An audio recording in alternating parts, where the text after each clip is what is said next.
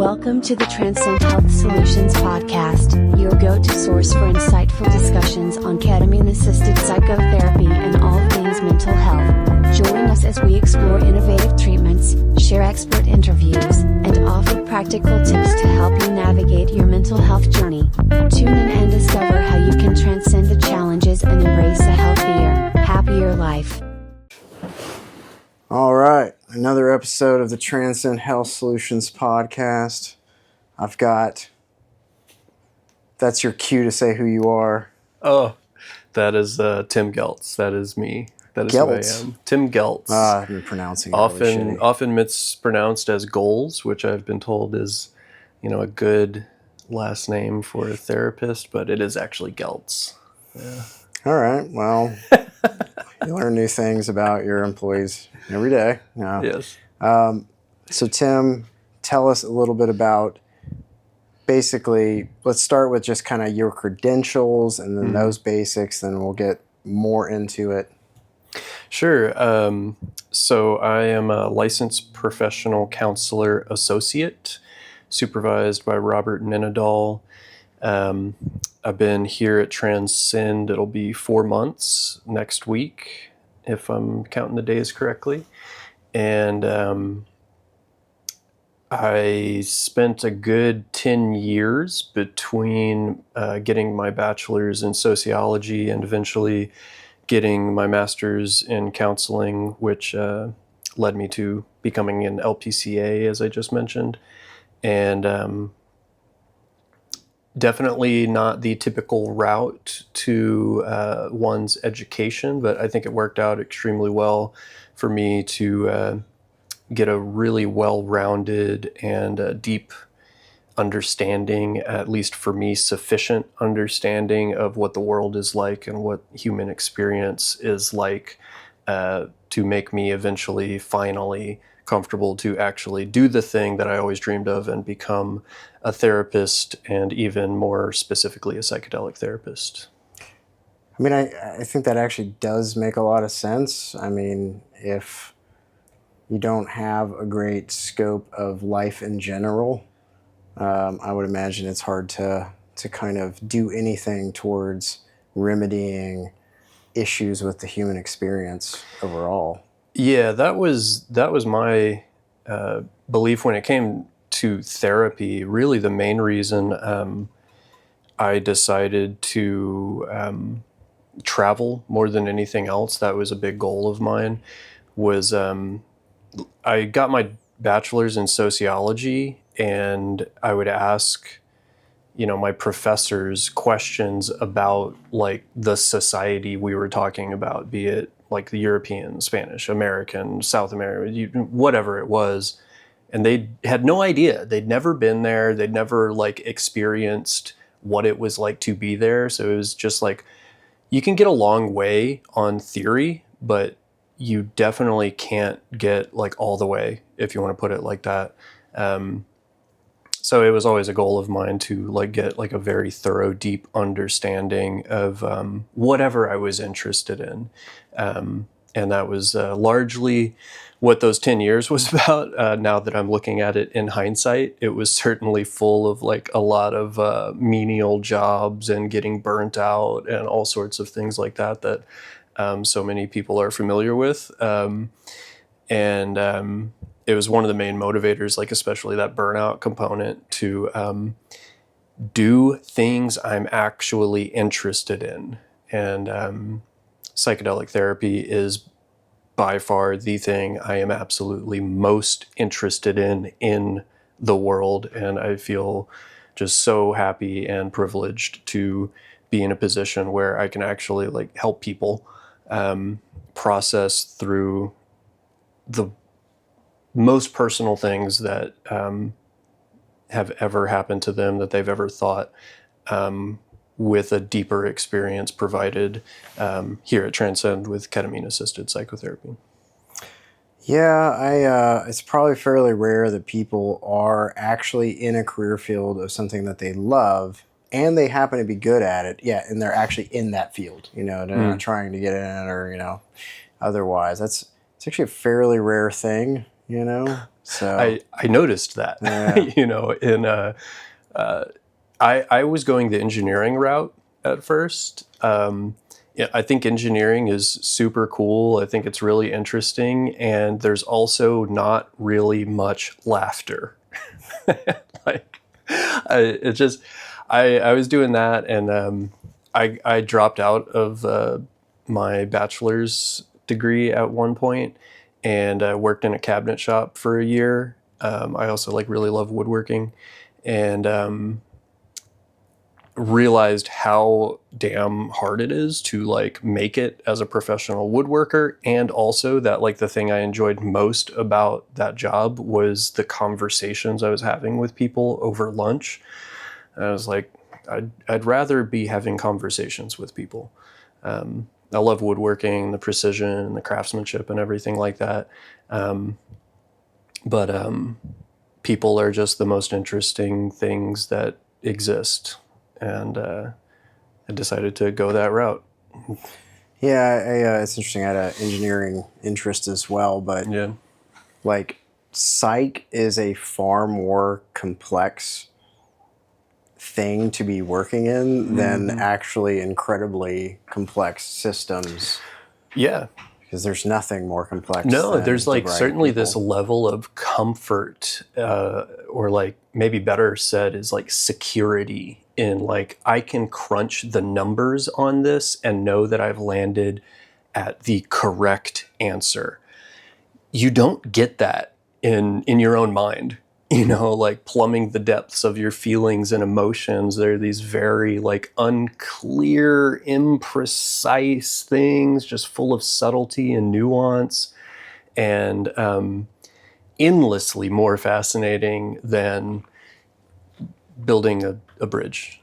At least for me, you know, I am immensely grateful to the civil engineers out there that build these wonderful bridges that I drive across and, you know, like But we get can't, 2 points from, but, you know, I find people more interesting. if we had a bunch of depressed bridge builders, though, these sad-looking bridges, it's like a sad face bridge. It's Yeah. like, oh man, I think we Yeah. need to like work with, you know, Not what you want. Jim. Well, that's actually like a really interesting point, because I think it does, there's something universal about beauty, and you can see it in bridges, you can see it in tables, you can see it in the furniture we're on, in this pillow, you can see it in your own mind, you can see it in someone's face, and it takes like this level of connection to oneself to like connect to some passion in there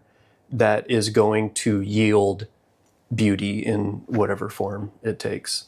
And I harp on that a lot, because like things like beauty and fun are some of my highest values, and they're nuanced, you know, they're like, and it's also this like, you know it when you see it thing, like that's beautiful, and not even everybody's going to agree, but everyone knows it when they see it, because it touches something in them. Like we can go on like explaining like why someone perceives beauty, but like, you know it when you see it.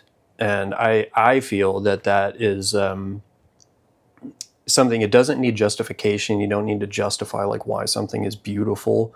It's just in touch with something deep within you, and it lets you know there's something that you don't even need to question. Curious what you might have to say about.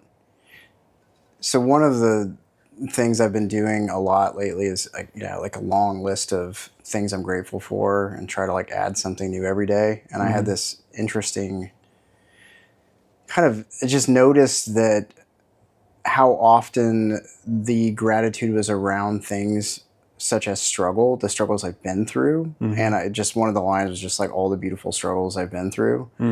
And I mean, obviously we have the term like beautiful struggles, I guess, but we don't, I don't know, do we have a great language in English that really speaks to that concept of actually there is a lot of beauty in some of the depths of the human experience as well. Yeah. You know, I guess because what you were speaking to is kind of like more of joy and happiness and beauty, but I think that there actually is a lot of beauty in, you know, kind of not only the triumph over struggles, but also just like the kind of polarization of this like age-old concept of, you know, good and evil, and you know this you know, kind of yin-yang kind of place where it's like it's critical for there to be an element of the opposite of beauty, essentially, for us to be able to see.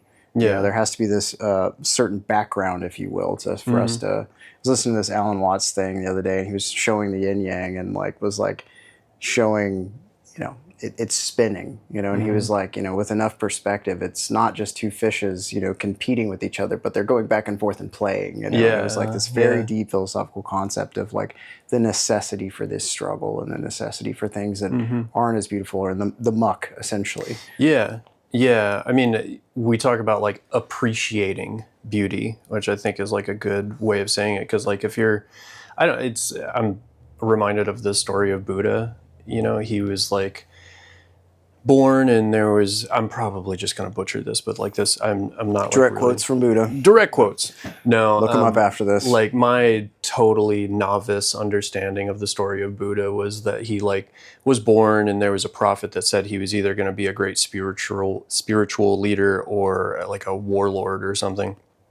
And the father like wanted him to be this great conqueror, the warlord character. So he protected him from everything that was hideous in the world, and just only the most beautiful life. He lived in a palace forever. He had every care taken care of for him.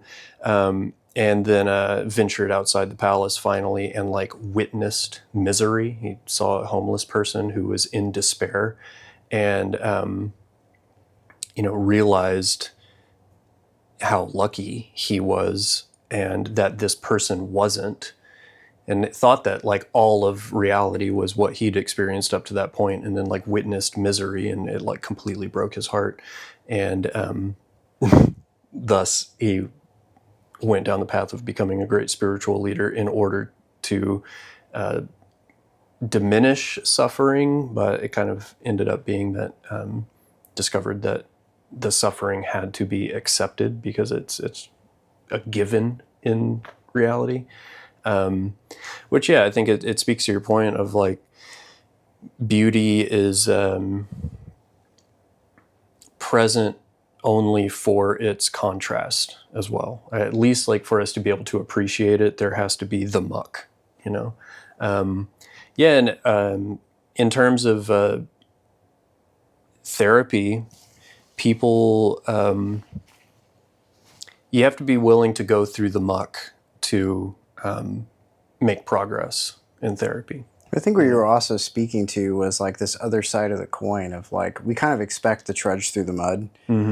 But I do think that it seems that a thing that you focus on quite a lot is actually this other side of being able to find joy and be able to, you know, kind of appreciate and to reawaken those potentials within somebody, which very early on in this, you know, work, I was like, where is that focus, you know, so often, you know, to actually spend any time trying to help ignite those things within somebody, reawaken them, or these potentials that have never even been discovered within someone, to actually be able to feel those things again.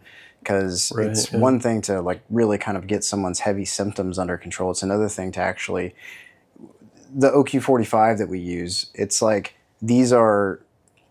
it's questionnaire related to distress. And it's like, okay, so these are all the factors related to distress that we've studied and know. So then after someone gets done with treatment, we've got them into a range that is not indicative that they're experiencing more distress than someone who was not having mental health conditions would have. They're experiencing the human condition. It does not mean they're happy. Right. Yeah. You know, is that really the metric to aim for? Is that really what people are generally after? Well, you're in a really bad spot. That's a much great, welcomed improvement. But from there. Well, yeah, it's like you have to get there first before we can like start aiming for happiness.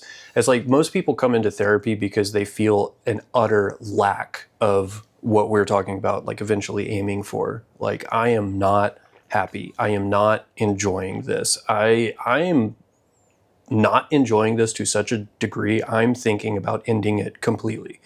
Which, to be perfectly honest, like getting into mental health, like I was kind of freaked out by suicidal thoughts and being around it, which is interesting because it's one of the main motivating things that got me into it, because I was surrounded by friends and acquaintances growing up who completed suicide.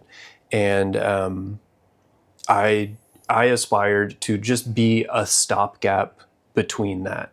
Like at baseline, I wanted people to not take their own lives, and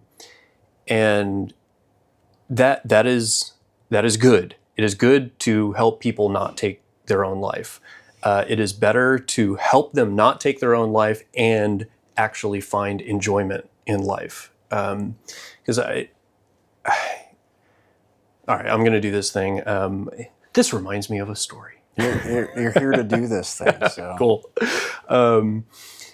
Like somewhere in my undergrad years, I was like in community college getting ready to go to university, and I took this field trip, a geology field trip, which was something I was never really interested in. But I was just like yearning for wisdom, and like I always ended up forming friendships with like people of like the next generation, with like older people. And there was this guy on the bus when we were like driving around, and again, like the surest sign of wisdom is cheerfulness. I don't remember where that comes from exactly, but it's a quote that I remember. And this old man on this bus was cheerful. So I was just like, oh my God, this guy's got wisdom. I have to get it. So I started talking with him, and we were just talking about all sorts of things in life and whatnot. And he'd traveled, and he'd loved, and he'd lost, and all of this. And he somehow he was in Central Texas at this time on a geology class field trip. Like I don't know how he ended up there, but one of the things he said was, sometimes you have to change playgrounds. And he would just like do all the things that you do to play in this place, and then he would go change playgrounds. And that was like how he saw life and this planet that we get to inhabit. It was just this giant playground, and he gets to just like change scenery and like play somewhere else. And I was just like, that seems like a healthy way to think about this. Like it's a very complicated playground, and we got to pay bills, and people die around us, and it's full of tragedy and sadness and love and joy. And it's all of it. We appreciate the love and the joy because of the tragedy and the sadness. So all of it has to be embraced, but we should definitely be aiming to have fun and feel joy. It's all a playground here, So when people come in here, like it doesn't pay to just, just say like, come on, like just enjoy this. People are in a terribly dark spot. Like things are not going well in their life. Like it would be disrespectful to only focus on enjoyment and fun. Like we have to address these really difficult things that are going on in their life and the way they feel about them, and eventually get to a point where those things can be conceptualized in a way that can also leave room for enjoyment of this place that we call reality. Yeah, well, I think, to speak to that, I think one of the challenges that I see in the ketamine industry is there actually are a lot of places that are like trying to jump to that spot. Right. That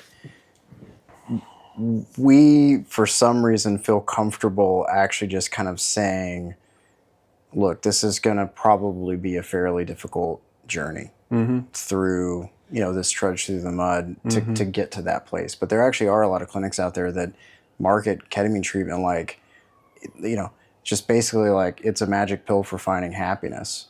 Yeah.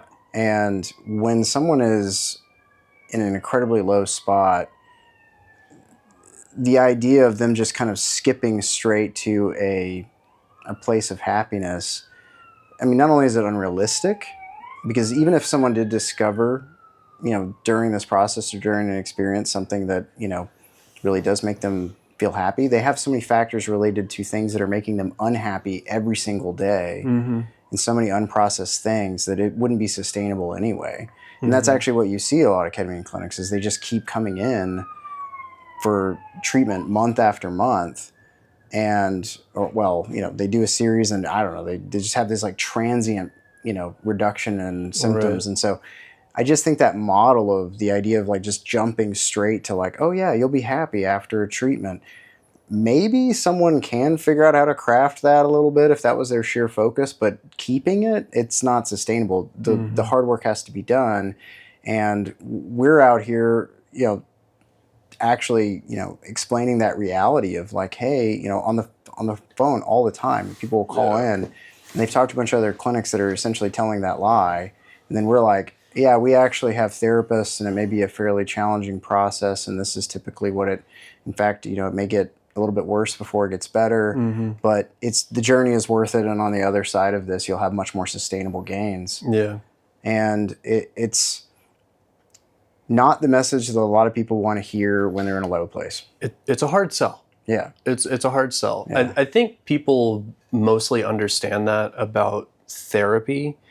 When you throw like ketamine into it, try not to get like too riled up here, but it's just really aggravating that, I'll get riled up. It's kind of aggravating that,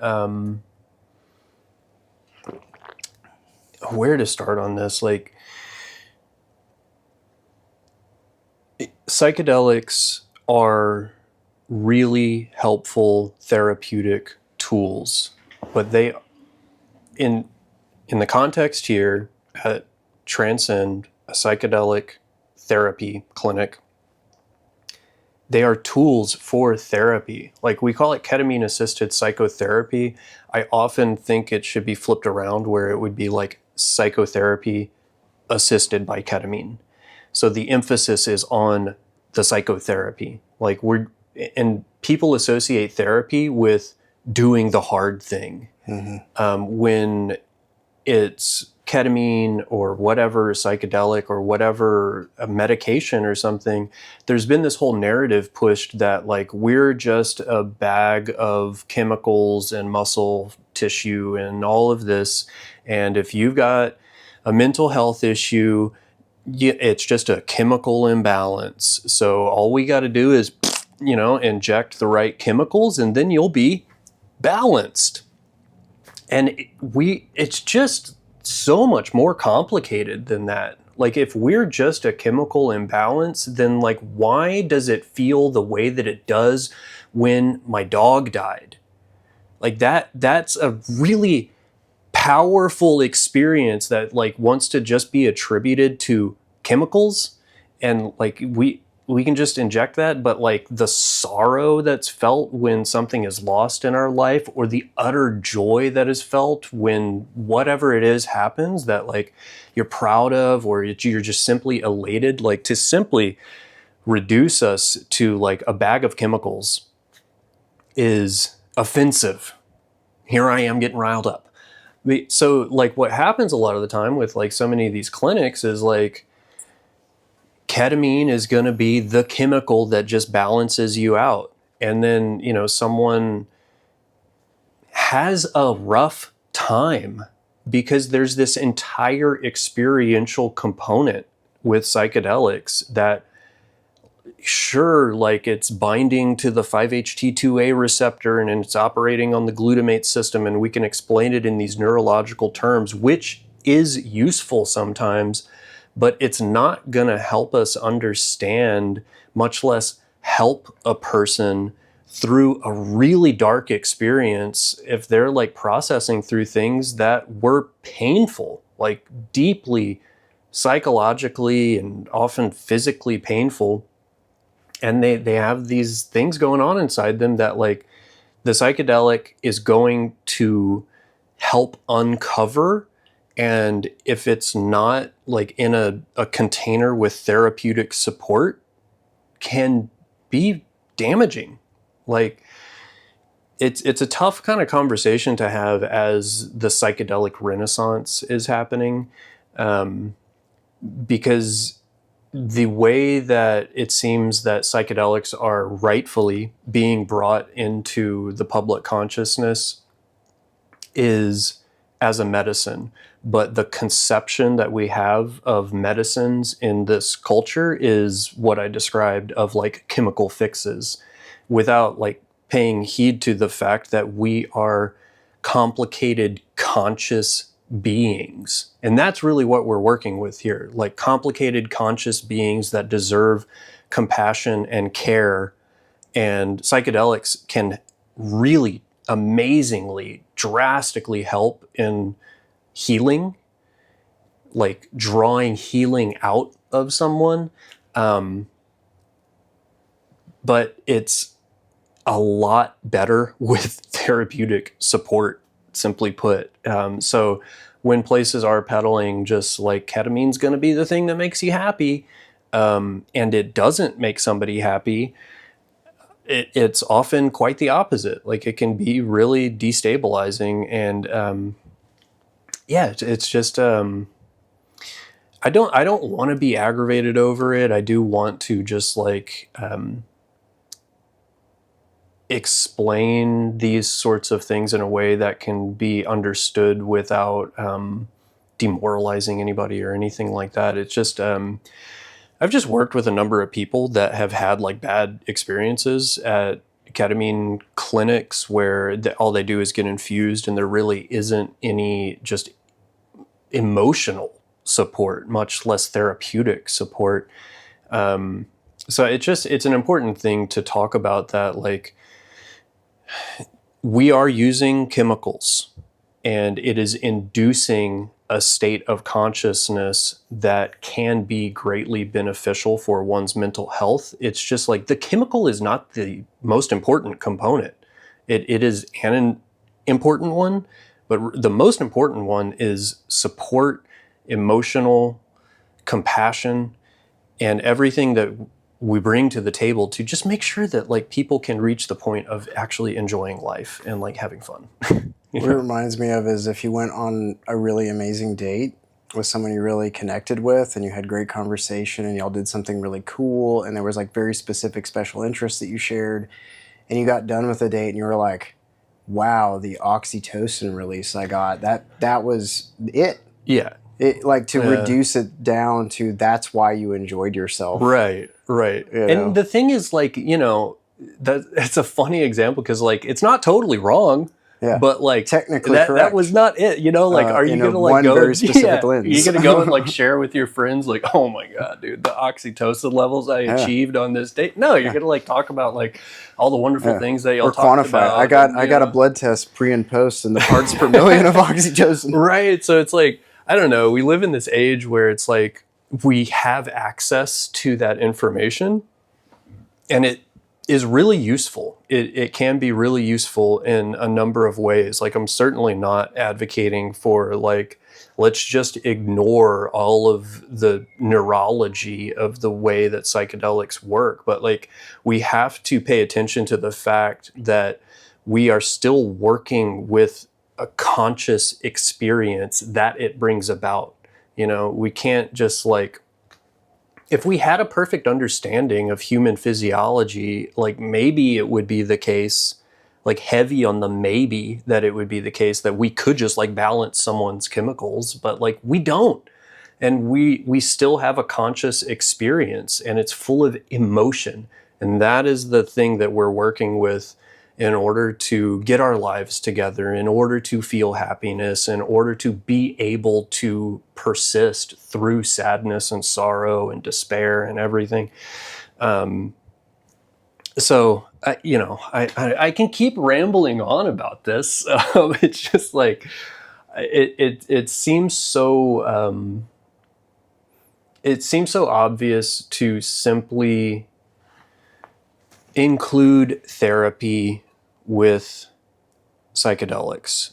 When people are thinking about using them therapeutically, I just encourage everyone to focus on the therapy and then add the psychedelic in. Don't say like, I'm going to do this psychedelic and it's going to fix everything for me, because it's probably not.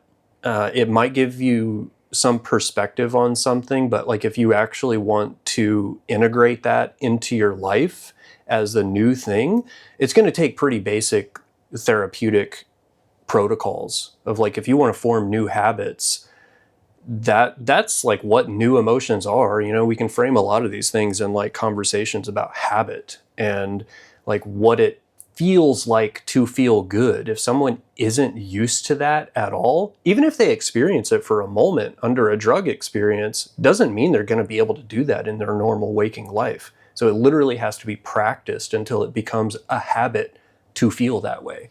And you get that through therapy. Why do you think it is the more common or pervasive narrative that it is a chemical effect, or that, this kind of reductionist view?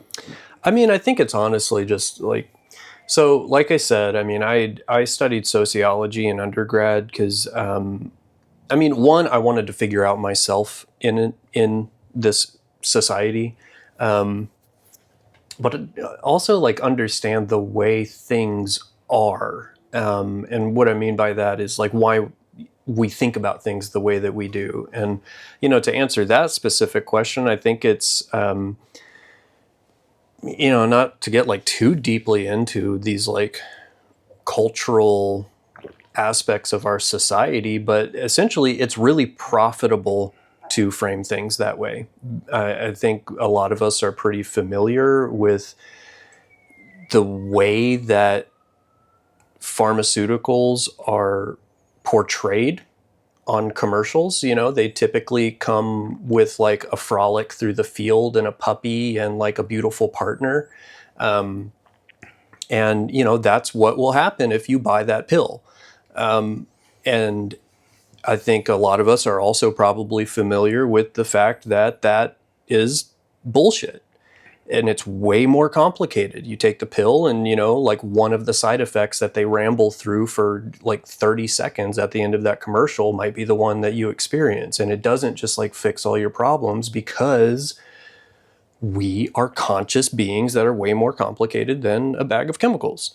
So I think it's just, I think it's partly attributable to a consumer culture and profiteering off of people's mental state more than anything. So like that's where the whole chemical fix thing comes in. It was really profitable for a long time. Our society and people are suffering for it. A lot of people profited off of it. And, I think mental health, the field of mental health is like at a turning point where we're being a bit more honest about the human experience and what it takes to actually achieve lives worth living. And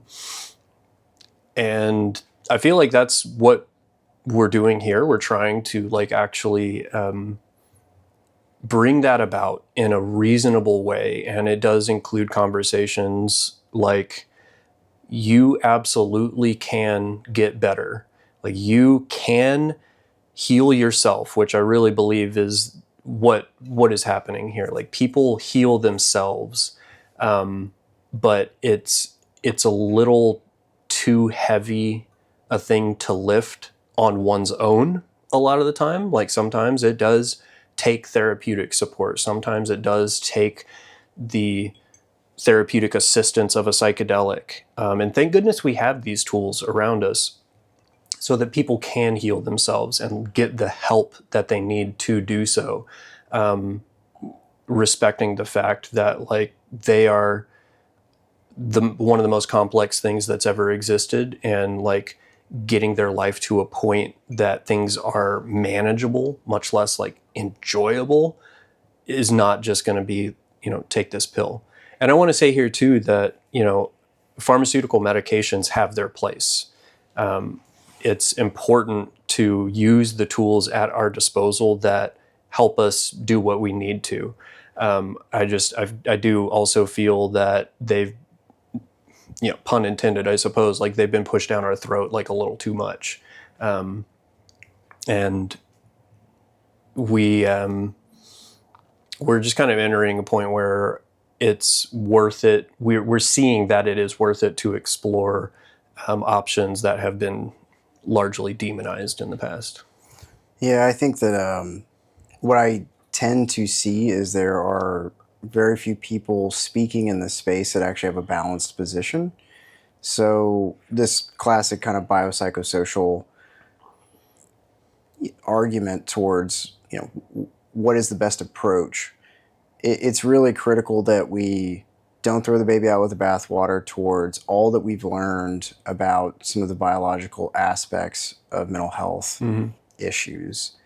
It's important that we address the psychological piece, but also not completely weigh that as the only piece.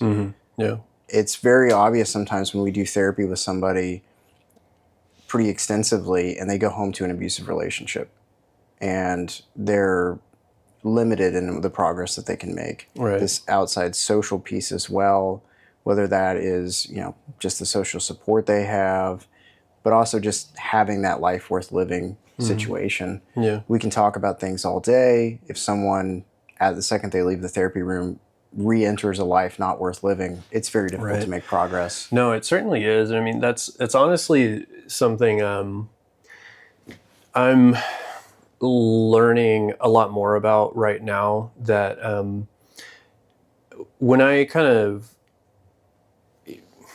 entered the mental health field, or I should say, like, as I was entering it, like getting my degree and stuff like that, I'm like chronically idealistic a lot of the time, and wanted to think like everything can be solved internally, which I kind of noticed like a big flaw in that thinking, which is like, if like, that's a good example. If like someone has an abusive partner, it's like wrong to attribute their mental health issues to some like internal process that isn't going right. Maybe they're doing everything right inside their own mind, like cognitively and physically, everything right for themselves.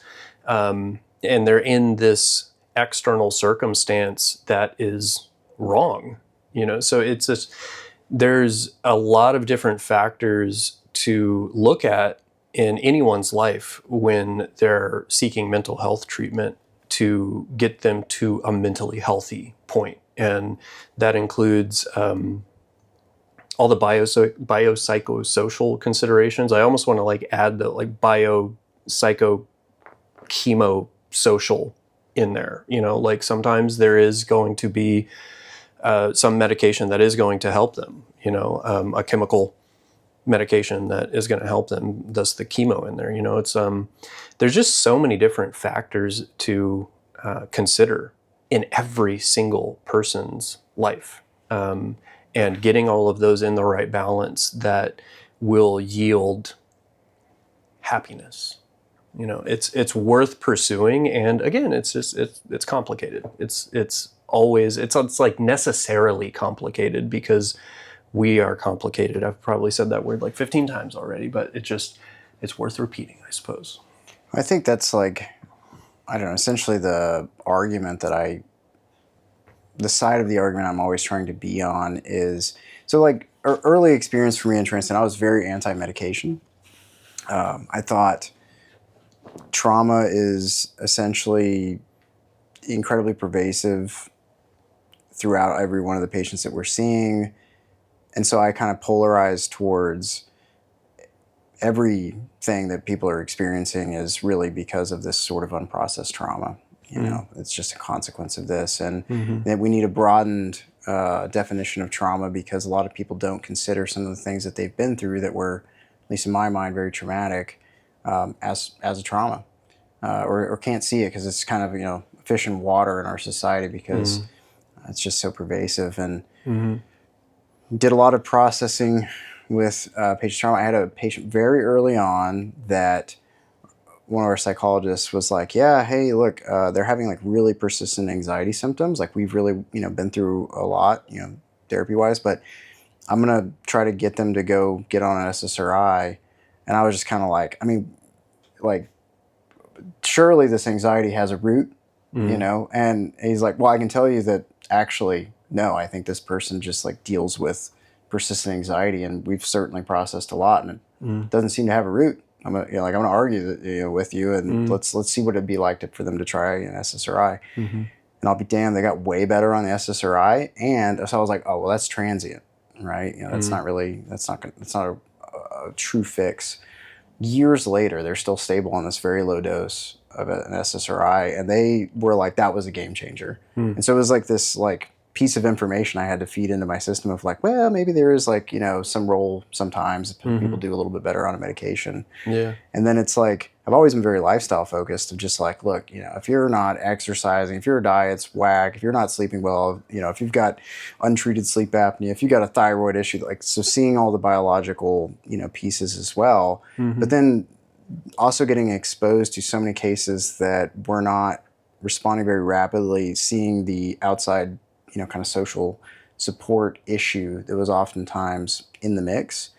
It's like, basically what I'm trying to get at is like, you know, Johann Hari has this like real, you know, theory, like the reason why he's got this TED talk with like all these views, you know, it's just like the reason why you're depressed, just like it's society, right? So there's that argument. And then it's like, you can definitely find plenty of people arguing the chemical hypothesis, and you can find plenty of therapists just saying it's all trauma. And so to be able to kind of be that nexus between all of those different arguments. And so my point of being, the more that we can add, more complexity that we can add to that argument, the broader that we can be viewing someone's situation and get to those keystone things that actually need to change. Because that's the other aspect is let's say you do get to some of the core elements that are really needing to be improved for someone, whether that is an untreated, undiagnosed issue that does need a medication, whether that is a, you know, a psychological thing that's going on that just needs therapy around it, or whether there's these outside social factors. This person has no friends, you know, they haven't been on a date in, you know, 10 years, and whatever it may be that is just kind of not together within somebody's rich and full life, or they've got real factors related to unhappiness. They have a chronic pain issue. They, you know, whatever it may be. Yeah. Unless you can kind of see the complexity of someone's, you know, full situation there, then you're not going to be very effective at getting them at least to a place where they're not having, you know, pathological levels of distress, let alone trying to climb out of that and actually get to a place where they really kind of feel more whole, complete, happy, et cetera. And so I just, if you do enough of the work, I feel like you find yourself in this position where you can embrace the complexity. But what's strange to me is I actually see other clinicians kind of getting more and more like kind of solely focused towards this like really myopic view of what is wrong with all people. Yeah. You know? And so I try to encourage, and I think that we're set up very well for this, because with every session, you know, we have a medical person there that's like, you know, I come straight out of that, you know, like really, you know, that view of disease in general, you know, and you know, like as a nurse, it's just like a pill for everything, you know. I mean, you make a complaint in the hospital, we're just going to hand you a pill for it, like, you know, whatever it is, you know, and pills that don't even make sense. So just like, here's some, you know, like proton pump inhibitors for your stomach acid that you are preventative for you to get an ulcer while you're here. You know what I mean? Like, just because some study looked at that, probably sponsored by the company that makes those pills.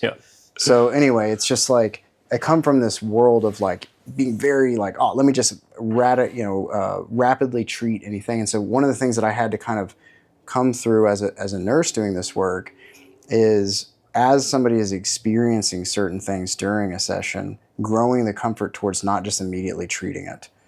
So that actually it might be a very useful and productive part of somebody's healing for them to experience some anxiety during a session, or to actually be nauseous for a little while, or whatever it may be, but to actually grow that tolerance around those things. Because where I came from, if someone has an issue, it's my job to immediately solve it. Right. And so that's not always the best thing. And the therapists, they could see that, you know, hey, this is actually really productive anxiety here. When I'm just like, let me titrate the pump, let me, you know, right. to treat And that, this. yeah, that kind of goes back to what I was saying about like the inner healer. I don't think I used that term precisely, but it's like people heal from within, and these like emotions, like you're mentioning, like anxiety, they can figure out how to work with it, work around it, work through it, whatever it is, with support, which is like more of my side of the ketamine recliner. So that was actually kind of something I wanted to get into, was like what a ketamine session looks like here, because like you were mentioning that you're a nurse here. You're like the founder, one of the co-founders and like owners of Transcend. If people aren't aware of that, this is Will Ratliff. Yeah, I've RN. stopped introducing myself on this podcast. Yes, well, I'm doing it right here, like probably towards the middle or so. Yeah. This is who you've been talking to. Yeah, This whole time. exactly. So, yeah, there's a nurse and a clinician, a therapist. I guess we're both clinicians in this scenario. The language is How about we make up a new word for it? Yeah. We always have We'll the be your option. ketamine buddies. Yeah. Well, talking about words, like from your edge of the chair, you're working with a patient, I'm working with a client, and it's the same person there. So the language, how much it serves us, you know, I'm always a little curious. But yeah, like there being medical supervision from your side, being the nurse, and therapeutic supervision from my side, being the therapist, people get a pretty thorough caring for in these sessions, which goes back to my point about just getting everything that's needed for a psychedelic experience to be as helpful as it possibly can be, and not putting every bit of the weight on the individual to do every bit of the heavy lifting, you know, because it's heavy lifting getting through a psychedelic experience sometimes. And just having therapeutic support, having medical support there to know that you are perfectly physically safe because there's a professional right there to make sure that that is the case, it goes a long way. So what it reminds me of is if when women were going to give birth, we were just like, okay, there's the empty room for you to go in and let us know after you've had your baby. And that was the norm. Tall order. That would be very, very weird. Yeah. It's like, no, there's substantial support, not only medical, but also just psychological, going through that process, you know, just to make sure the entire thing is safe, which different rant for a different day, but generally speaking, most people don't need much medical support during a birth. But anyway, that is kind of what I see in the industry. So like when I'm trying to answer like questions on Reddit and stuff like this, like people will literally be like, I felt so alone during this session. Does anybody have any tips? I'm like have support. Like you are alone. There's no way to like, you're feeling a feeling that is completely real. You actually are alone. You're alone in a room and you feel that way. Well, that's not surprising. And, you know, which I mean, providing the support is like totally on the clinic. You know, if that's the way that the clinic is deciding to administer ketamine, they're kind of to blame when people have a really rough time and don't get through it. Like people are going to have rough times and they deserve the support to get through it. Let's talk about rough times. You want to talk about rough times? Let's talk about rough times. Let's talk about rough times. It's a bad trip. The bad trip conversation. Ah, the bad I don't know if trip. we've talked about the bad trip on the podcast yet. Ah, okay. What if I have a bad trip, Tim? If you have a bad trip, I actually have some opinions on this. I knew you did.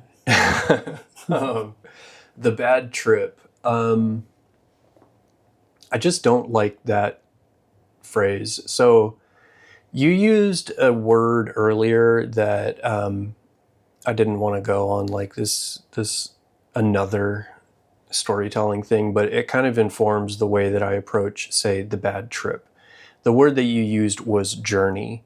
And that reminds me of the hero's journey, which was an idea that you may be familiar with this, but since we're doing a podcast, I'll talk about it here. Is Joseph Campbell was, I think he was a mythologist, anthropologist. Made soup? Ron Campbell. Oh.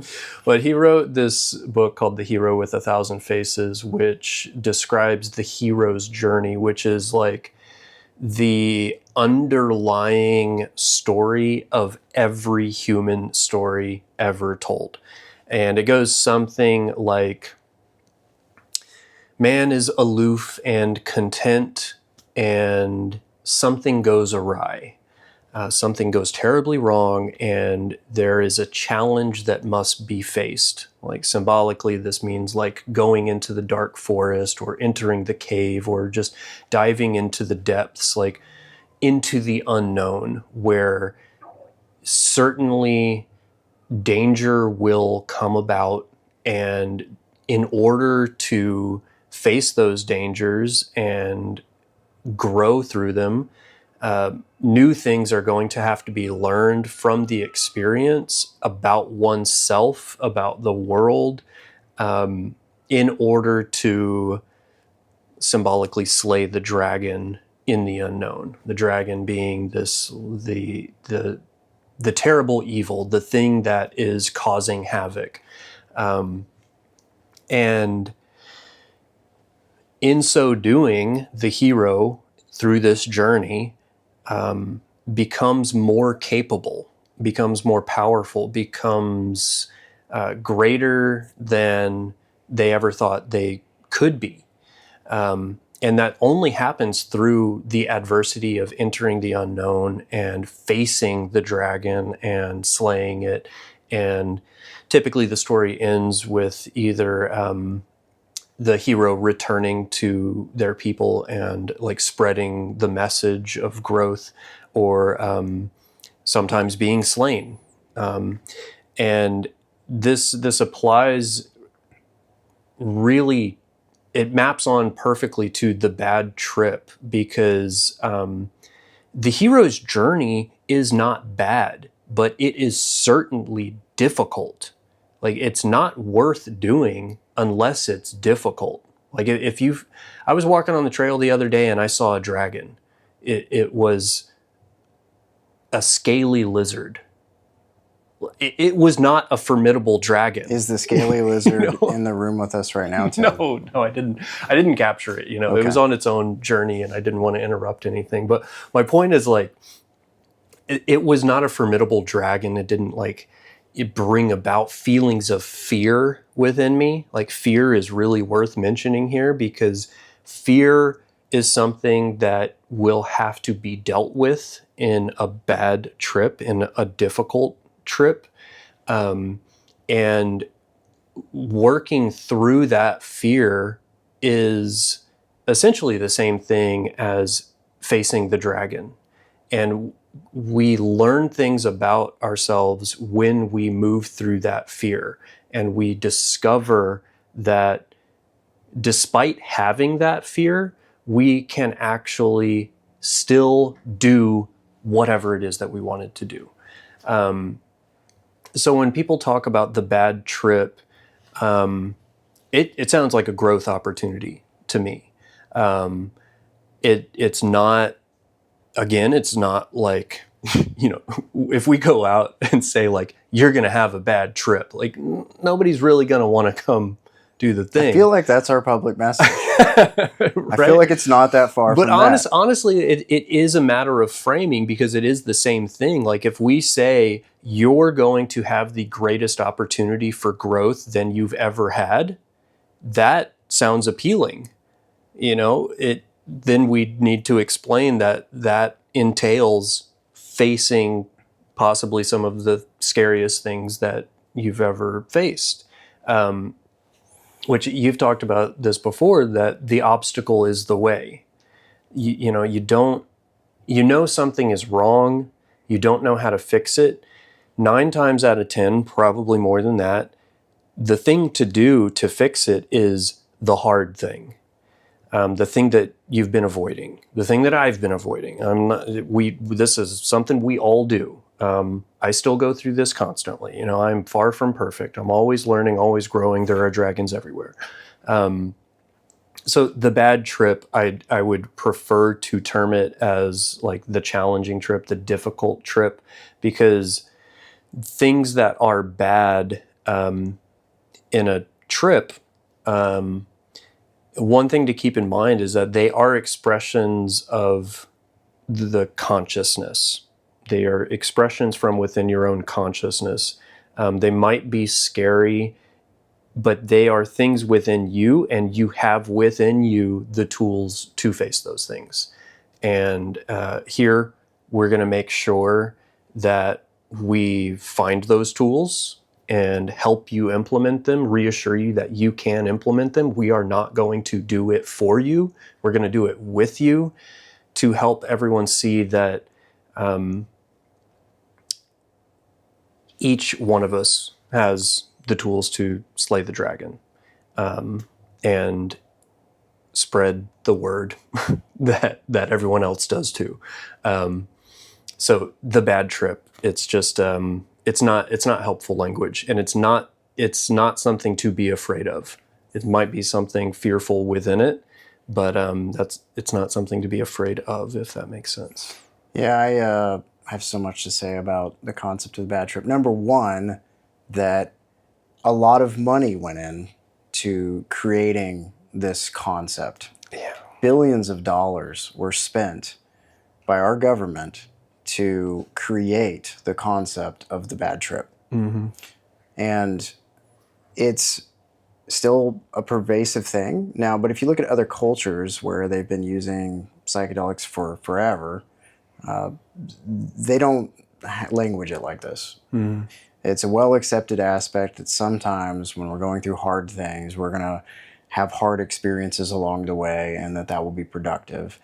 What I will say is I also don't like throwing the idea out, completely, because someone will pipe up and be like, no, I had a bad trip one time though.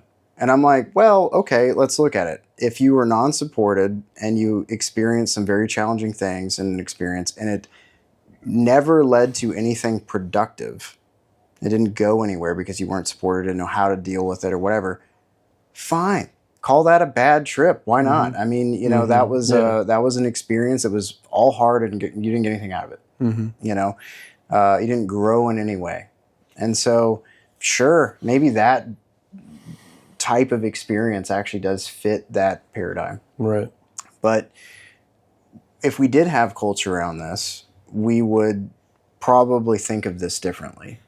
We would say, yeah, you failed to work with that content in any way that you saw what all of that content was about, mm-hmm. or for it to actually come to anything or go anywhere. Yeah. So you were faced with a challenge, and the response and, the help to have the appropriate response just wasn't there. Right. And so I don't think it's like completely like, no, there's no such thing as a bad trip. No, I think that if someone actually experiences a really challenging experience and it doesn't go anywhere, sure, maybe that fits. Yeah. But our hope is that if anybody experiences anything that is difficult, that there's a huge net output of that is all positive. And if you weigh that, then is that experience really bad? But also just think this black and white, kind of thinking about whether it was good or bad, is very, or even just productive or not, because sometimes things take a really long time before it fully blossoms as to what that was all about. Mm-hmm. And that's just the nature of working with psychedelics, and anybody who's done enough of them will tell you that essentially it might take a year before it kind of like you're walking along a trail and it dawns on you about exactly what that certain aspect of that experience that was so freaking confusing, was actually about. Now, hopefully, if you're appropriately supported, it doesn't take that long, because if you're in your own personal process with it, which a lot of people do, right? They just kind of personally experience these things and they don't know what to make of it. So they try to meaning make it on their own. Yeah. And sometimes they land on some really weird,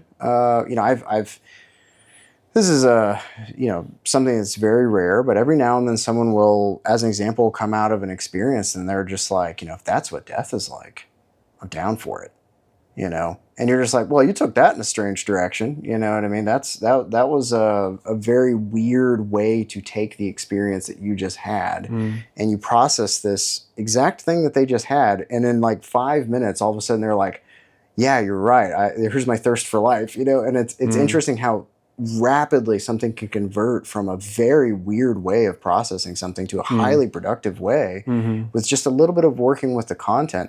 And it terrifies me how many people are out there just going solo, because the main way that people actually experience ketamine right now in the United States is a telehealth prescriber that doesn't know anything about you hardly, that maybe check to see if you have a few contraindications, but chances are didn't do that good of a job because it's literally impossible in a short intake to do that. Yeah. Send some ketamine to your house. People have this experience, and then they go to Reddit to try to figure out, what the hell that was all about. Right. And get a lot of other people who don't. That's honestly like a really interesting, like say that particular thing happens. Like it's an interesting thing that someone's yearning for, that they go to like a social message board to figure out what was going on. Like we reach out to others around us. And I'm a firm believer that literally reaching out and having someone in the room with you is a lot better than reaching out on Reddit. We have all these technological, options to us, but, literally just like having a hand to hold or someone to affirm you verbally in that moment emotionally goes a lot further, a lot further. I also want to say that contraindications means it's like clinician speak for, signs that you shouldn't do a psychedelic, which is another thing I wanted to touch on, that like psychedelics are comparatively incredibly low risk treatments. They are not zero risk. And, a lot of these clinics, be they ketamine or otherwise, that just kind of peddle it as this cure-all sort of thing. I don't think it's doing anybody any favors to just say that they are zero risk. Physiologically, they are absolutely like incredibly safe compared to coffee. Psychologically, they can, as we've been talking about, be very challenging. And just with the mildest support, they're incredibly safe, just not zero risk.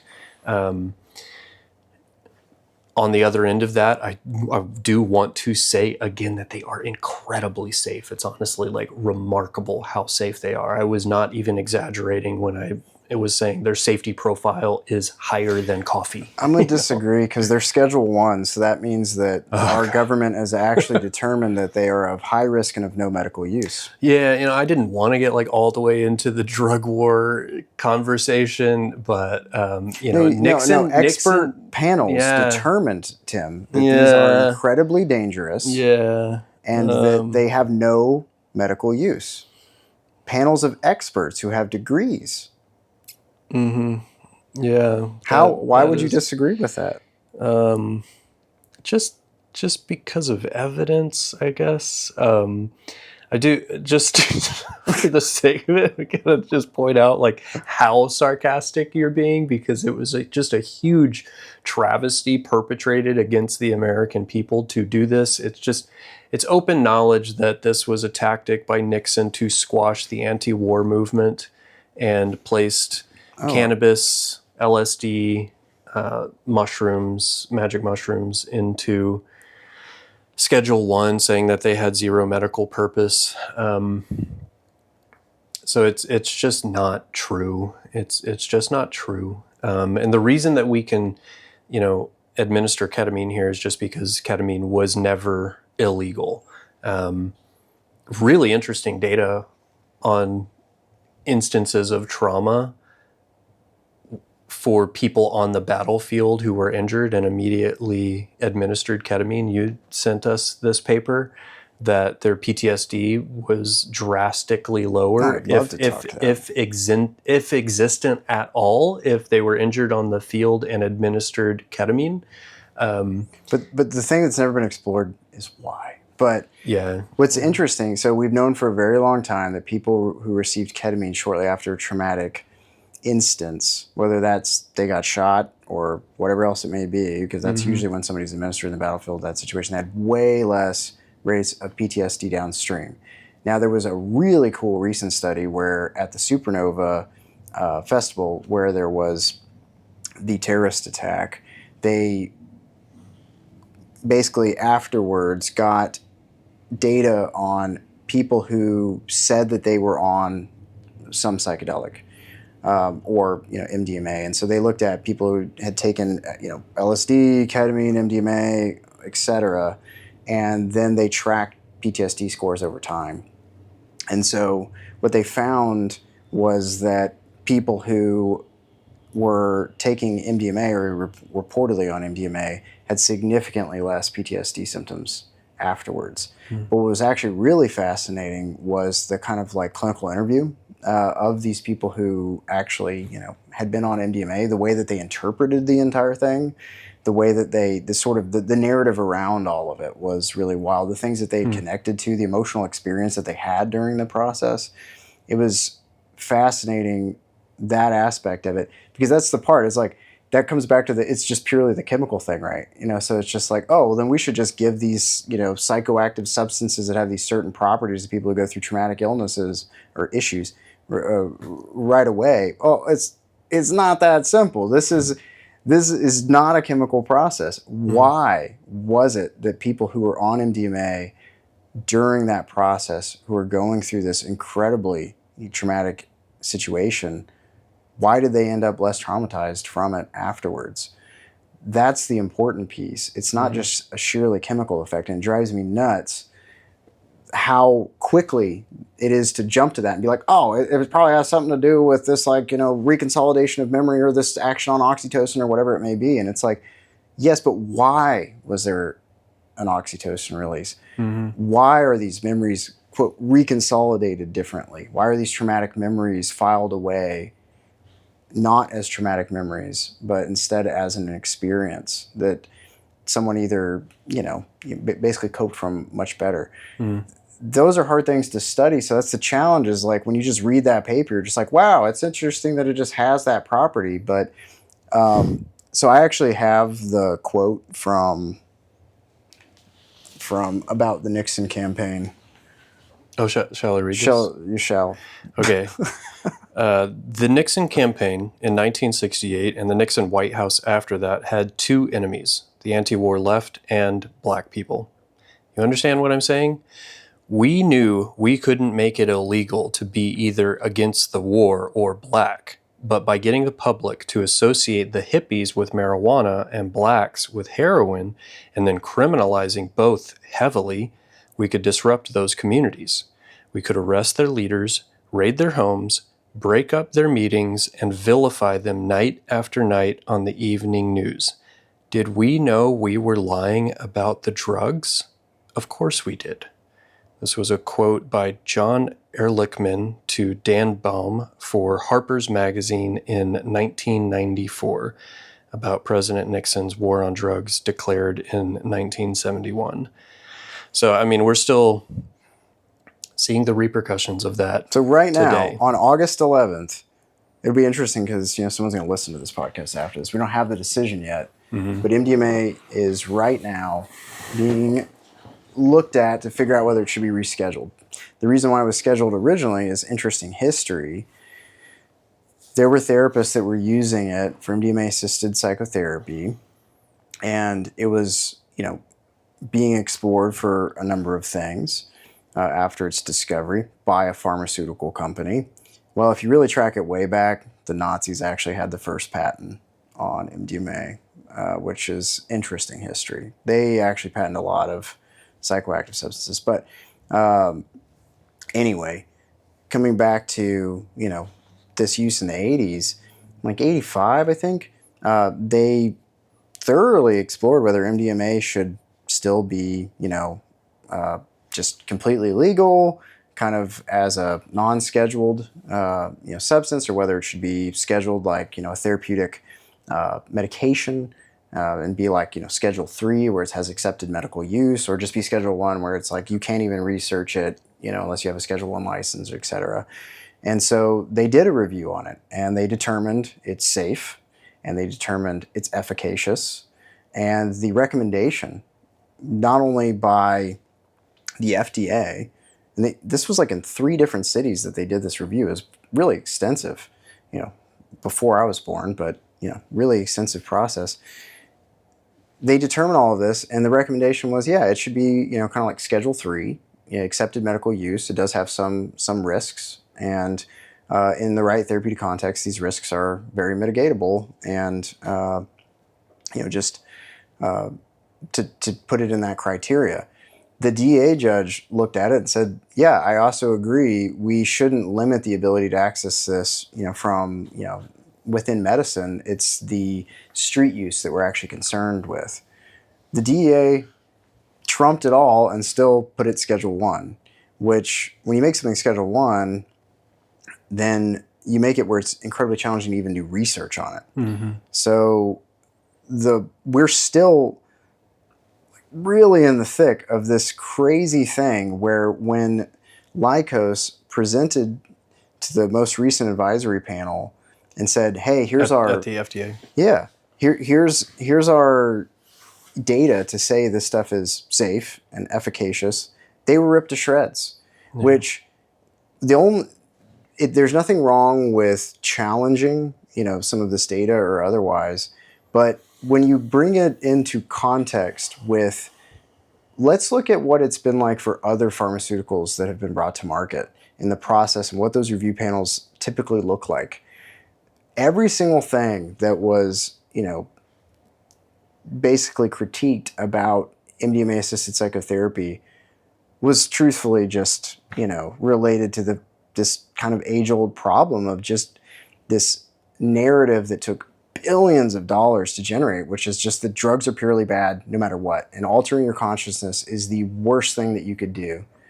And it could only have negative consequences because of the bad trip or whatever it may be. Right. And that these things are just, something that you could get addicted to or purely bad or there's no function. It's just, we need more words than drug. Like this is, I think, part of the issue with why people think ketamine is going to fix them, or psilocybin mushrooms are going to fix them, or MDMA is going to fix them, or whatever it is because we go to the doctor to get drugs that will fix us.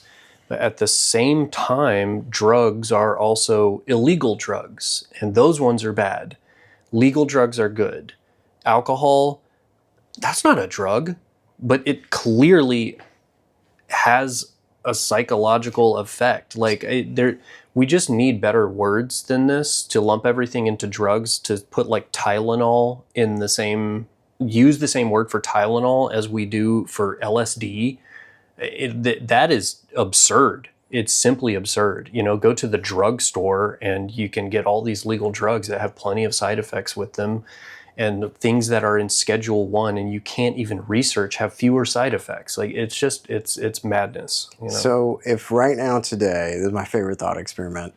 If right now today alcohol was discovered, right, and some pharmaceutical company, was researching it, for its use to assist psychotherapy or to heal certain ails, this is kind of where we're at, right? That it would probably be placed Schedule 1 because it has incredibly high risk and very low medical use. There's actually really only a couple of things that you can propylene glycol overdoses and alcohol withdrawal, I think, are the only 2 accepted medical uses that I think there is for alcohol. And then if you were to quantify... The medical use for alcohol is against alcohol withdrawal. If you want my personal opinion, the smartest way to fight alcohol withdrawal is with alcohol. It's so weird that we use benzodiazepines. Like, I've worked on detox units that Wow. It's so funny to hear this from patients too. Like I've worked in drug rehabs as well as like acute detox centers. It's so funny. People will be like, why are you hooking me on benzodiazepines? It's harder to get off benzos. I've done that before. It's like way easier if you would just like meter my drinking on the way down, you know. But, you know, I'm not somebody who studies addiction. Maybe there are some rationale, but it sure seems like it makes a lot more sense to use the actual agent. But anyway, because yeah, it is sometimes difficult to taper a benzo, a lot harder than it is to taper alcohol safely. But anyway, so yes, are there some potential medical uses for alcohol? Yes. Do those outweigh the risks? It would firmly be planted in Schedule 1 for sure. And if we were to weigh it against all other things, or it was discovered today, and it would be hilarious to see like these telehealth prescribers that are willing to ship you to your house, you know, basically a flask of alcohol to cure depression, you know, and they show these interesting graphs of the rates of relief that people get. You know, that's what it would be right now today if it was created and it had a different name and, you know, all of this. And so it's very interesting to see how we hold certain psychoactive substances and how we hold others. And the truly, the most useful of them seem to be the most vilified. And it's curious to me, like what we're afraid of, you know? Well, I think we're afraid of the bad trip. You know, even if that weren't a term, we're afraid of being scared, which can happen. I think the reason they got vilified originally was because, speaking of psychedelics in particular, is because they open your mind.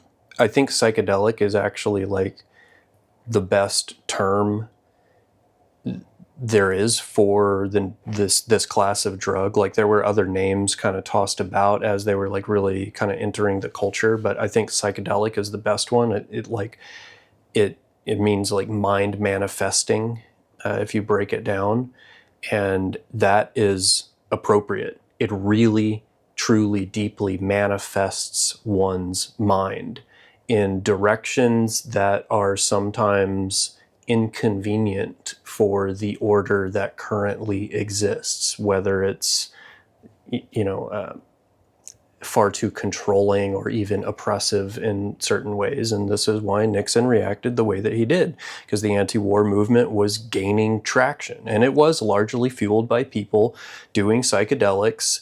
And one of the more universal aspects of potent psychedelics is this feeling of oneness and a lack of separateness, and things like not wanting to kill people.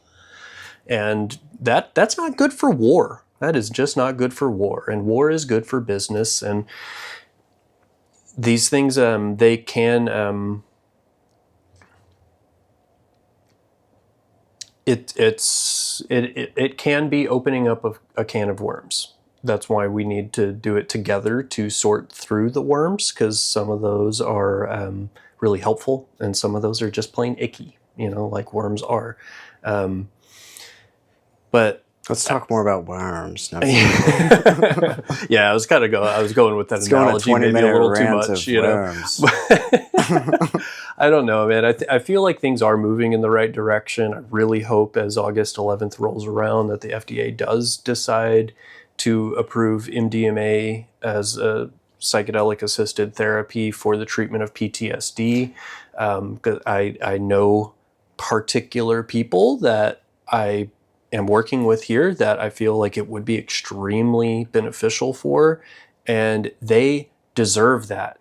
Like, people deserve to live a good, happy, healthy life. And we have tools that are vilified and made illegal so that our own defenders of the system, our veterans, can't get better. It's so frustrating to temper my voice when I talk about these things. Like, I would so love to just like yell in a congressman's face and it be effective, but it's not. So we got to keep having conversations like this and just point out the hypocrisies, the contradictions, the benefits of these medicines and the mental health treatments that can actually work to like get people to a point where they really feel and build a life for themselves that is worth living.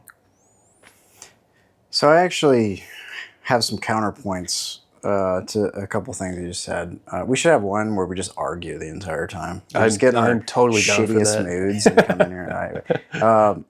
You can tell a lot about a person by how they argue. Yeah. I'm not probably that great at it, but I don't love the term psychedelic in some ways. No. In that, number one, we deal with stigma.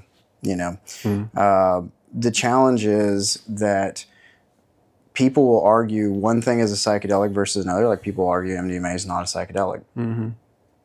People will argue that ketamine is not a psychedelic, but they will argue that Jimi Hendrix's music is.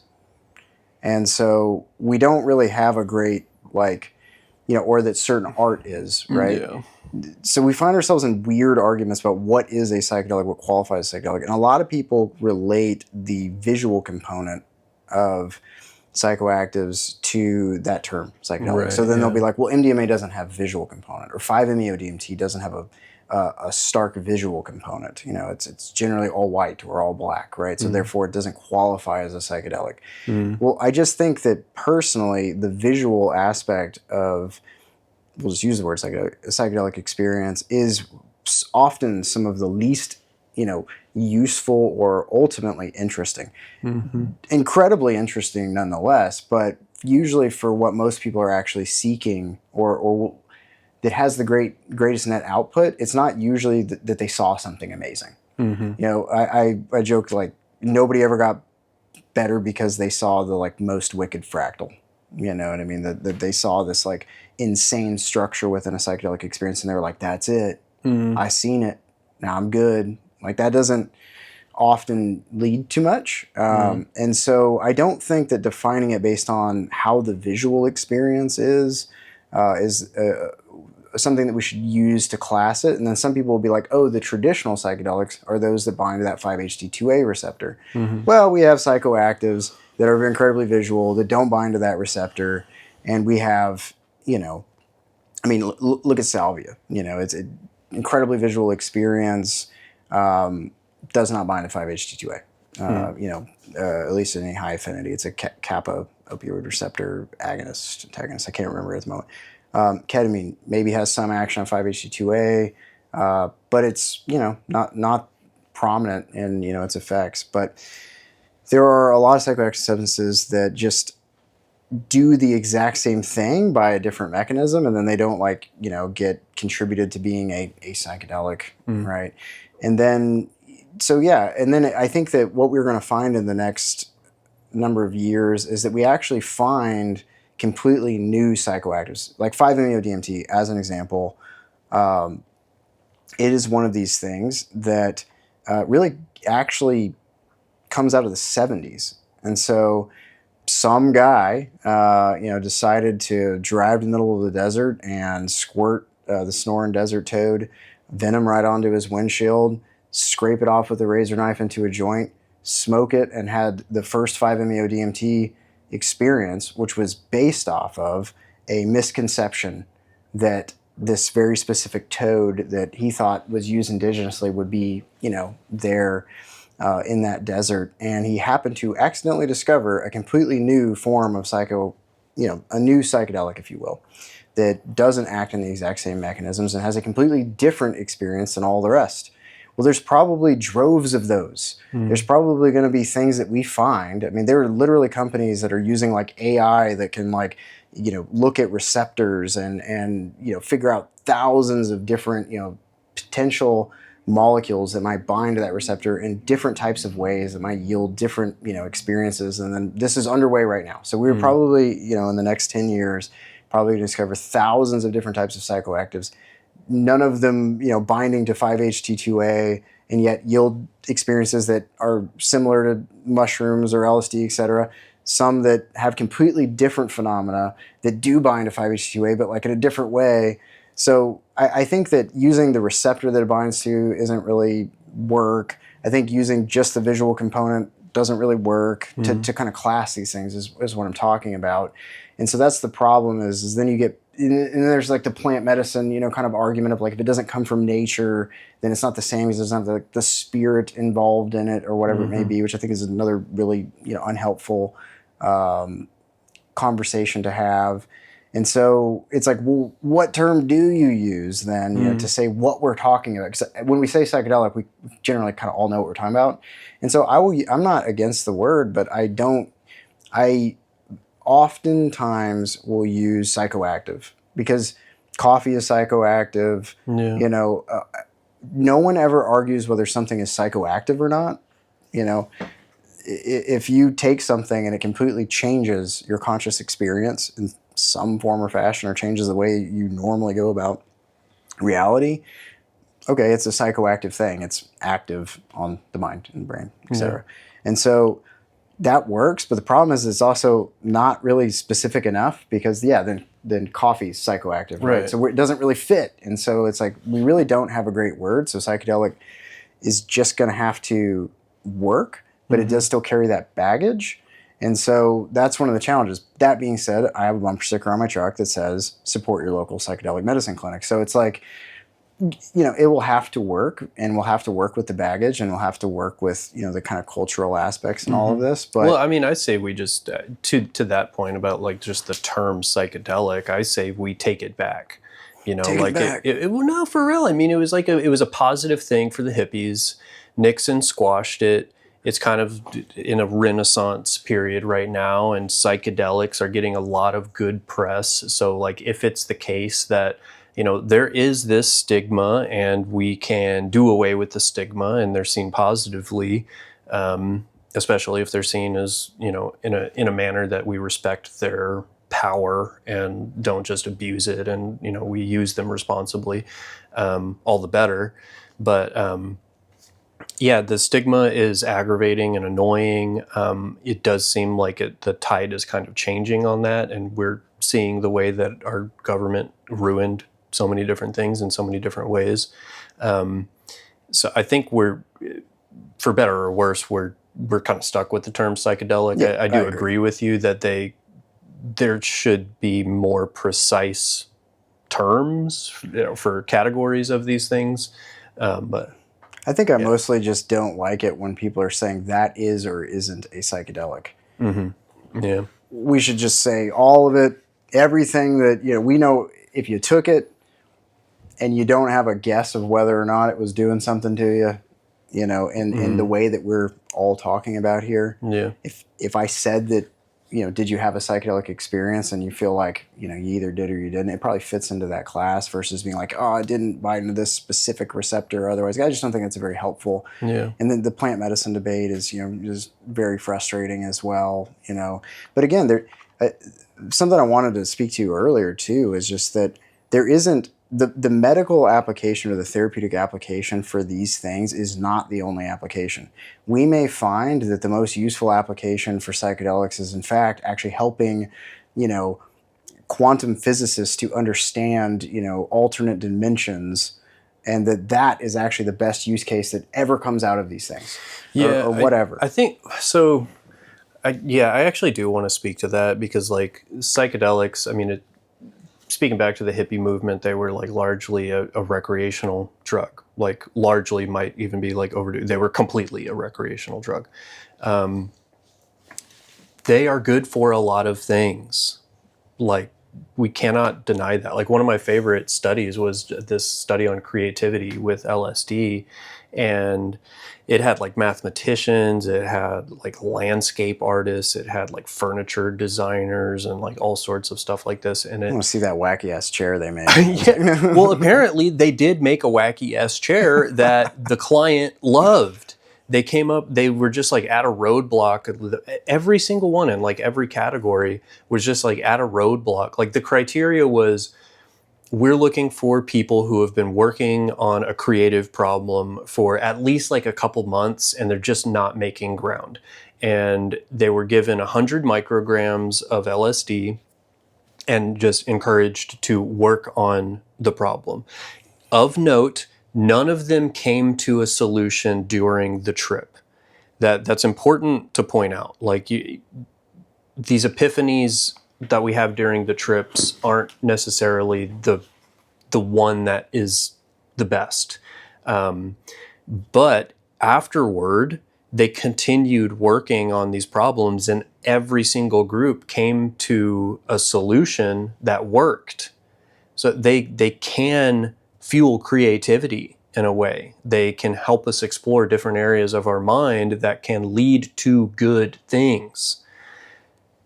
Like applying them, like saying that they are therapeutic medicines, I think is accurate. It's not wholly accurate though. Like they can be used as creative enhancement tools. They can be used to have a great time dancing your ass off with your friends. Like I'm not going to lie about that. I'm not going to say that that is not a use. I'm also not going to say that that's not therapeutic. If you go out and you have an awesome time with your friends, is that bad? Are we really going to vilify that? People do it on alcohol all the time, and they have a great time, and then they have a hangover the next day, and it's like rough, and we learn as a culture how to deal with that. And everybody has like, there's all these damn diners with like the hangover killer burger or whatever it is. It's like a cute thing that we do, you know. So there's all sorts of great uses for them, but like with responsibility. It's just this thing of just like you can do some things responsibly. Like Budweiser just has billboards, drink responsibly, and as long as that message comes out, it's okay to drink poison. All good to go. We tried prohibition with alcohol. And nobody liked it because we like that drug. I'm not against alcohol. I enjoy drinks every now and again, but I hate hangovers. I feel horrible. And like, we're using alcohol recreationally. These things, like this controversial opinion, it may be, especially coming from inside a psychedelic clinic from a therapist, but I'm not like opposed to recreational use. I am opposed to irresponsible use. But we're adults here. Like, can we talk about this like adults? You know, they're good for a lot of different things. They need to be researched. We can up our creativity. Hopefully the quantum physicists can get to the bottom of these things and we can make flying cars already. Like, come on, you know, only half joking there. They're good for a lot of things, and they're good if you take for enough mental health mushrooms, treatment. You can experience a flying car. I have not had this experience. Don't go anywhere though. If you're on mushrooms right now listening to this, get out of the car. No, that's a responsible message. It really is. Like other ones, have you drank water in a while? You probably should. No, but I guess I'm glad that we got to this, because I don't think we talked about a lot on it, because we always focus on this therapeutic application for using it to treat mental health conditions, and it certainly works for that. Mm-hmm. And that's what's ridiculous, is that there has been prohibition and challenges around our ability to access things that are highly efficacious for treating mental health illnesses, issues, whatever the term you want to use. But there are many other applications, and again, we were talking earlier about like just trying not to reduce them so much. These are very hard things to reduce. It might be that, you know, yes, an incredibly important use case for psychedelics is the recreational aspect. And there's nothing wrong with that. We live in a country where the idea is that you're supposed to be able to have these freedoms as long as they don't hurt anyone else. And we have proven repeatedly that people actually can utilize these things and not hurt other people. In fact, when we compare them to things that actually are not under prohibition, such as alcohol, they actually when you weigh these things, they hurt a lot less people. And so we already kind of have, you know, if we're going to use alcohol as like an example here, okay, well, substantially less people are harmed by mushrooms or LSD or otherwise, even when using them recklessly. And so, you know, but there's just no culture around this about what is the appropriate use for these things. You know, all of this. And so there's nothing wrong with recreational use as long as it's responsible. It doesn't have to be purely medicalized, but that is also certainly an application. And if it's going to be done in that way, it should be done correctly. We shouldn't take things from the recreational setting and move them into this other, because we do have standards within, treating very complex, mental health concerns, chronic pain issues, these types of things. So it's hard for something to be that multifaceted. And then, there's probably all these other things that we haven't even discovered about that they might be able to be used for pretty broadly. And those are okay too. And that was what was interesting about going to the MAPS conferences. You had everything from your researchers to, literally people who came out of the Amazon and, were trying to speak to the indigenous use. And there was so many different types of people there discussing how they think these things should be used. And I just think they should all of these things should be, widely available. I think it's probably, of all of the things that we could focus on in this world that need a lot of work, suppressing psychedelics does just not seem like a really critical focus.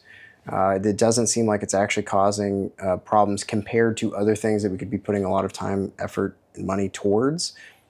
But they're not purely like just, the adage of just putting LSD in the water, like the evangelical side of it as well, that doesn't really work either. These things aren't just perfect for every application, aren't universally good. And so it is this like really complex, nuanced conversation that we have no culture around. Yeah. And so where it currently stands is, just like with cannabis though, right? Like states we're like, okay, like in Texas as an example, like you can get a low dose cannabis prescription as long as it's hemp derived because of some kind of industry related thing with hemp. And it has to be under a certain percentage and it can be for very specific conditions.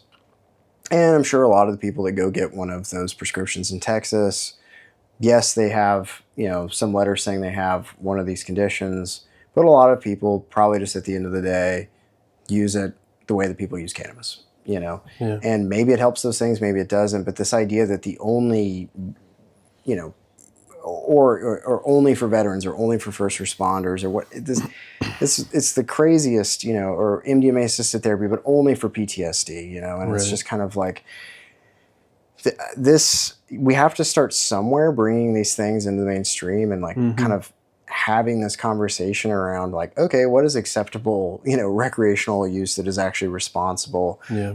And if people are using it irresponsible, like what kind of guardrails do we use? Because I could just go outside and walk down the street and see somebody on heroin. So no matter what you do legally to these things, you will still see widespread use. Right. And so I don't think that it's ever been a good answer to just say these things are completely illegal and to treat it like a criminal thing. That just doesn't work. Right. And it's weird too, because that's not just a United States thing. Like kind of worldwide, these things, are generally suppressed. Yeah. And so Nixon probably, but that's just happened all over the world. That we're pretty terrified of, as a human race, pretty terrified of this thing that happens when we take these things. We don't have good language around it, we don't have good culture around it, and nobody knows really what to do with any of it, so we just suppress it. Yeah, I think, again, going back to consumer culture, I think that is a really big issue, like in the legalizing drugs talk space, because, certainly, who's at the... what family just got torn apart because they pushed opiates on the masses so much? Sacklers. Yeah. They certainly knew that it was profitable, that their drug was addictive. Capitalizing on consumerism around an addictive substance, one might say, is evil, if you want to use that word for it. So, having some respect, some reverence for the fact that we can alter our consciousness with chemical substances is probably called for. responsibility is a hard thing to instill in a consumer culture. Probably necessary. It's a good value. I think we can just say that on its face with no justification necessary, that responsibility is good. Building a culture of that, like drink responsibly, trip responsibly, like trip responsibly. I mean, it's just the discussion, the cultural conversation around drug use, it gets into a lot of different facets of just the broader human experience that, it can bring up feelings of fear. It can bring up feelings of love. It can like offer these deepest felt anything. And we need to be responsible about that. Like if you feel anything to your absolute core, be it positive or negative, up or down, left or right, sideways or downways or what, if you feel anything to your core, it's powerful, and it can move things. It can change things. And if we're going to accept that possibility, we need to do it responsibly, simply put.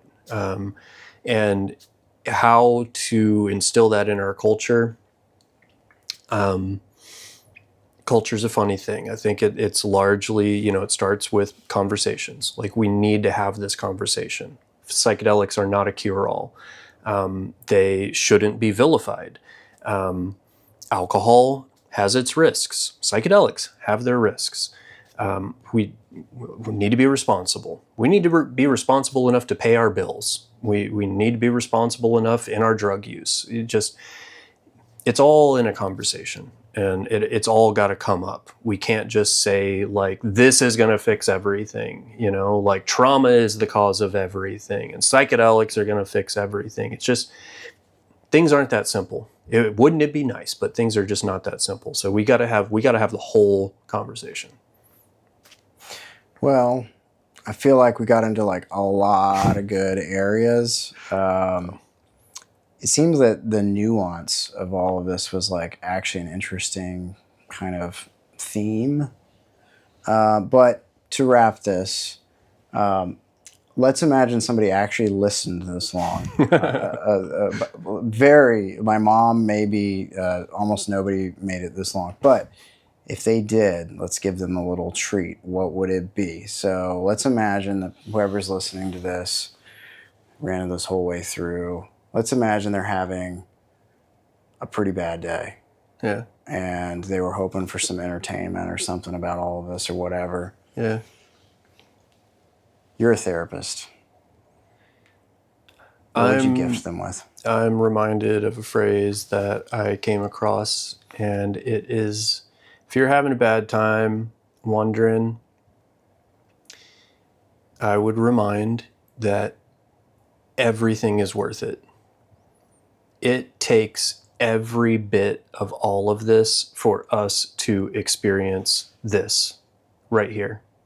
It comes with everything. It comes with the tragedy. It comes with the sorrow. It comes with the happiness, with the joy, with the elation, with the car wrecks, with the comfortable couches, with the colorful pillows, with the ugly pillows, with your friends, with your parents, with the air, with the pollution, with your car that barely runs, with your other friend's car that is like you're kind of jealous of. Just, it comes with everything, with your quality coffee, with your shitty meal, with the most glorious meal, just everything. Everything is worth it. Everything actually is worth it for us to be here and experience all of this right now. All right. We did our first one, Tim. All right. This is what it is. This all right, is what so the podcast was. Wrap it. How do you say bye to everybody? I listened to your podcast with Emily before, and you said that you like to end it in a way that I like as well. You said, until next time.